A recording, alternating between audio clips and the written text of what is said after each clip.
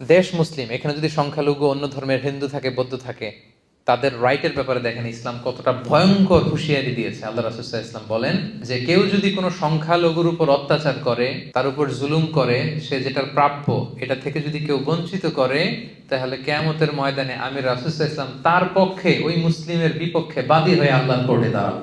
আপনি নামাজ পড়তে পড়তে কপালে দাগ ফেলাই দিয়েছেন, দাড়ি রাখতে রাখতে এত লম্বা জুব্বা, এরপরে হিন্দুদের বাড়ি দখল করতেছেন আর বলতেছেন আপনি বড় হাজী সাহেব। আল্লাহ রাসূল সাল্লাল্লাহু আলাইহি ওয়াসাল্লাম বলেন কিয়ামতের দিন আল্লাহ রাসূল ওই হিন্দুর পক্ষে থাকবে, আপনার বিপক্ষে। কথাটার ওজন খেয়াল করেন। আল্লাহ রাসূল সাল্লাল্লাহু আলাইহি ওয়াসাল্লাম বলেছেন তুমি মুসলিম হও, তুমি হাজী হও, তুমি যেইটা হও, তোমার বিপক্ষে থাকবে আমার অবস্থান কিয়ামতের দিন।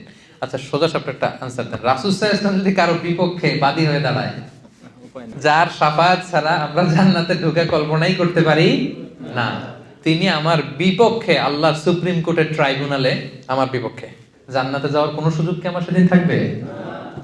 জন্য খবরদার। সংখ্যালঘুদের ব্যাপার দেখেন ইসলাম কত কঠিন হুঁশিয়ারি দিয়েছে।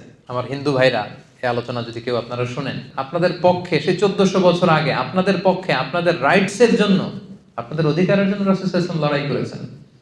স্পষ্ট ঘোষণা, সংখ্যালঘুদেরকে আক্রমণ করলে, এদের উপর অত্যাচার করলে, জুলুম করলে, এদের প্রাপ্য অধিকার থেকে বঞ্চিত করলে, আমি নবী কিয়ামতের দিন সংখ্যালঘুর পক্ষে দাঁড়াবো, তার বিপক্ষে দাঁড়াবো।